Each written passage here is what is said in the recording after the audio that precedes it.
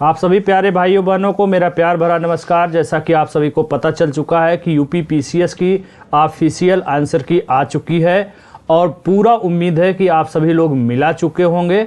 लेकिन बहुत से ऐसे लोग हैं जो काफ़ी डरे हुए हैं और अपने पेपर को मिलाना नहीं चाहते हैं। खास करके ऐसे लोग जो सीरियस रहते हैं लेकिन किसी कारणवश उनका पेपर ख़राब हो जाता है।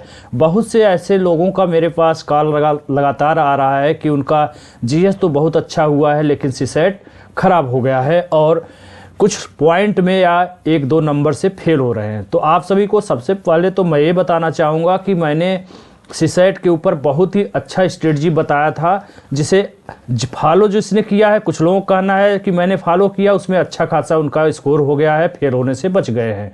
लेकिन कुछ लोगों ने ये स्वीकार किया कि हमने वीडियो नहीं देखा था। तो हम इतना मेहनत करके अगर वीडियो कोई बना रहे हैं तो निश्चित रूप से आप लोगों का उसमें कुछ न कुछ भला होगा, इसीलिए बनाते हैं। तो सबसे बड़ी गलती तो यही आप लोग करते हैं कि वीडियो देखते नहीं हैं, और जो लोग देखते हैं और वो अगर लापरवाही करते हैं तो फिर जो है लापरवाही उनके साथ पेपर में हो जाता है। इसीलिए मैं बोलता हूं कि बहुत ध्यानपूर्वक कोई चीज़ देखा करिए, क्योंकि यहाँ से बनाता हूं। ऐसा कोई मेरा लालच ही नहीं रहता है। आप कोई भी वीडियो उठा के देख लीजिए, कोई लालच नहीं है जिससे कि जो है हमें कोई व्यक्तिगत फ़ायदा मिलेगा। तो ये गलती मत करिएगा। और जो सब्सक्राइब नहीं करते हैं वो तो गलती कर ही रहे हैं, क्योंकि मैं इतना निस्वार्थ आप लोगों के लिए गाइड करता हूँ और उसके बावजूद आप लोग वीडियो देखते हैं और पता नहीं क्या मतलब कि समझ ही नहीं आता कि क्यों आपको ऐसा लगता है कि सब्सक्राइब नहीं करना चाहिए, इससे क्या आपका नुकसान होता है। तो आप सभी से निवेदन है कि आप लोग सब्सक्राइब भी ज़रूर किया करिए, लाइक किया करिए, कमेंट किया करिए। और बात करते हैं अब आयोग के इतिहास की। तो ये जो प्रश्न आप देख रहे हैं 8 प्रश्नों का 10 प्रश्नों का विवाद, ये आयोग के इतिहास में कोई नई बात नहीं है।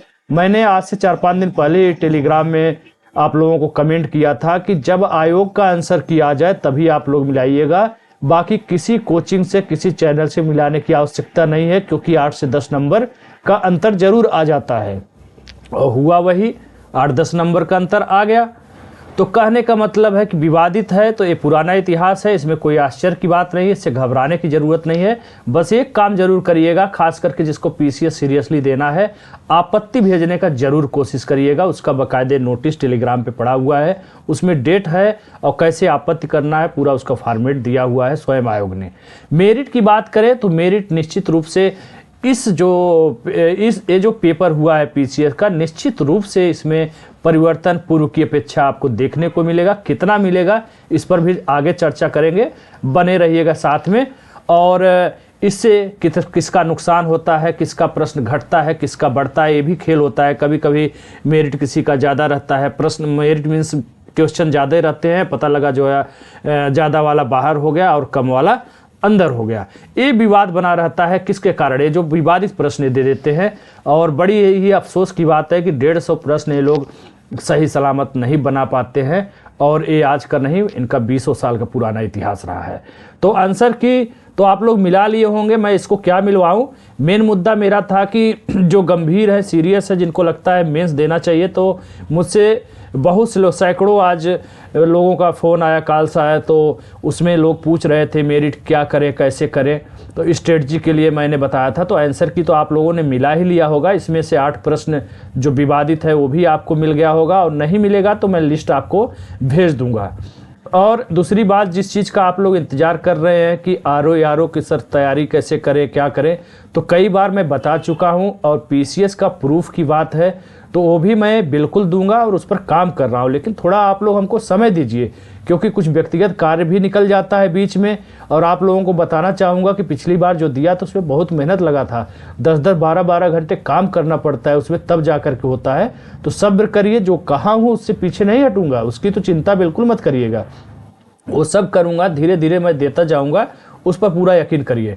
पेपर एक बार सभी लोग मिला लीजिए। जिसका खराब हुआ है उसे डरने की जरूरत नहीं, मिलाइए, देखिए तो कहाँ से आपका क्या गड़बड़ हो रहा है, क्या मुझे सुधार करना है। क्योंकि आगे आरओ है, एक पेपर खराब हो गया कोई बात नहीं, आगे बढ़िए।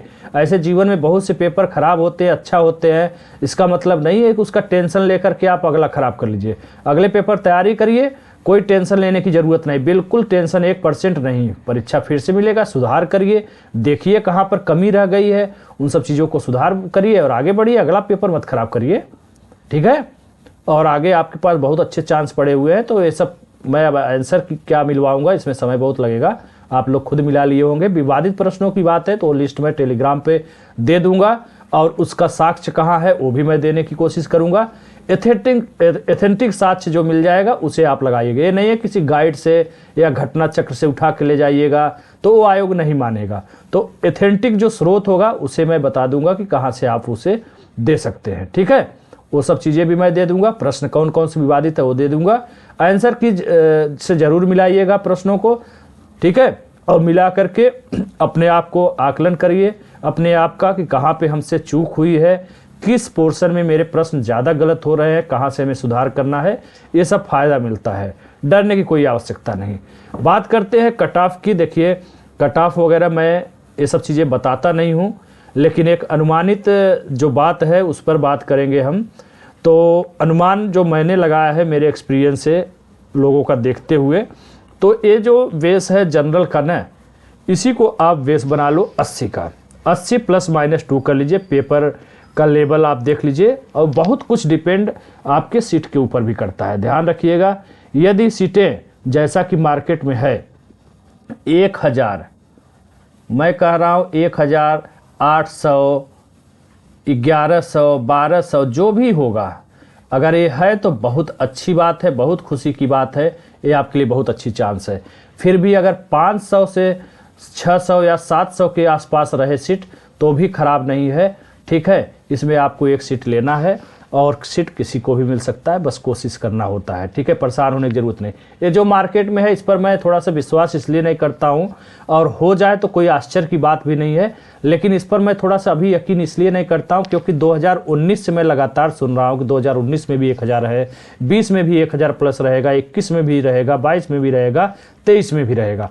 तो 5 साल आप देख रहे हैं ऐसे हल्ला मचाते मचाते लोगों का, सुनते सुनते कान पक गया। तो इसलिए अब मैं विश्वास उसी पर करता हूं जो आयोग प्री के बाद रिजल्ट देता है कितने सीटों पर, उसी को मैं मानता हूं, ठीक है।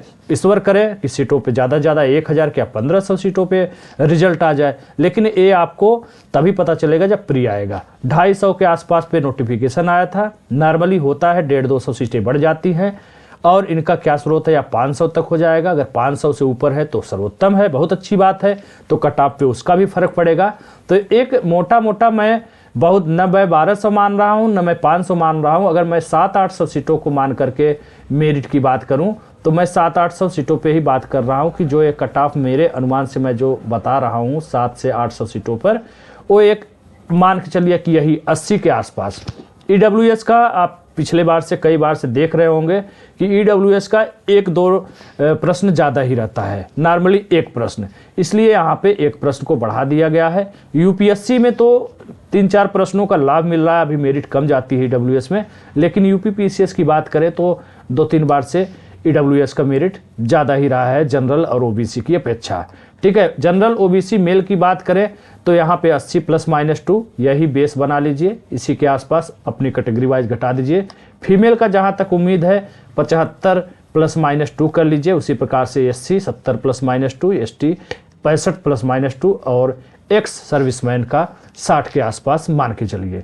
तो अगर इसके पास आसपास आपका स्कोर बन रहा है तो आप निश्चित रूप से मेंस की तैयारी करिए। और बाय द वे इधर उधर कुछ होता है, मान लीजिए 80 ±2 है या फीमेल का 75 ±2 है, अब एक आध प्रश्न जैसे इधर उधर अगर आपको लगता है कि अरे नहीं 2-4 प्रश्न और ज़्यादा होना चाहिए तब मैं तक करती या करता कॉन्फिडेंस से तैयारी, तो ये गलत सोच है। आप तैयारी करते रहिए, अगली बार वाला पेपर भी तो आ रहा है, मेंस इधर तैयार कर लोगे तो अगले मेंस में काम आएगा। नुकसान पढ़ाई थोड़ी न कभी करता है, लेकिन तैयारी निश्चित करिए। मुझे नहीं लगता है कि इससे ज़्यादा मेरिट जाना चाहिए जनरल की कट ऑफ की बात करें तो।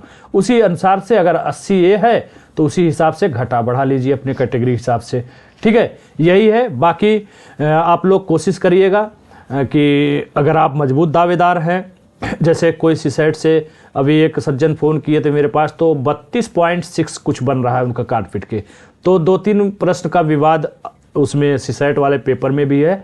तो आप लोग अगर सीरियस है PCS मेंस के लिए, निश्चित रूप से दूसरे के सहारे मत बैठिए कि अरे सब लगाएंगे तो हमारा भी बढ़ जाएगा। वो बिल्कुल सही बात है, चाहे 50 लोग लगाए, चाहे 100 लोग, चाहे 10 लोग, बढ़ता तो सहे तो सबका बढ़ता है, चूँकि आप सीरियस है, आपको सीरियसली मेंस देना है और पॉइंट में आप फेल हो रहे हैं तो निश्चित रूप से आप पत्ती जीएस और सीसेट का दोनों लगाइएगा। ठीक है। बाकी जिसका पेपर खराब हुआ है, जिसका कॉन्फिडेंस नहीं बन पा रहा है, वो अगले एग्ज़ाम की तैयारी करे, वो भी जल्द ही होगा आपका। मई जून तक आपका प्रारंभिक परीक्षा हो जाएगा। और पीसीएस मुख्य परीक्षा की संभावित डेट की बात करें तो मुझे जहाँ तक संभव लगता है कि ये मार्च लास्ट से अप्रैल फर्स्ट वीक के बीच में मुख्य परीक्षा 2024 पीसीएस की हो सकती है।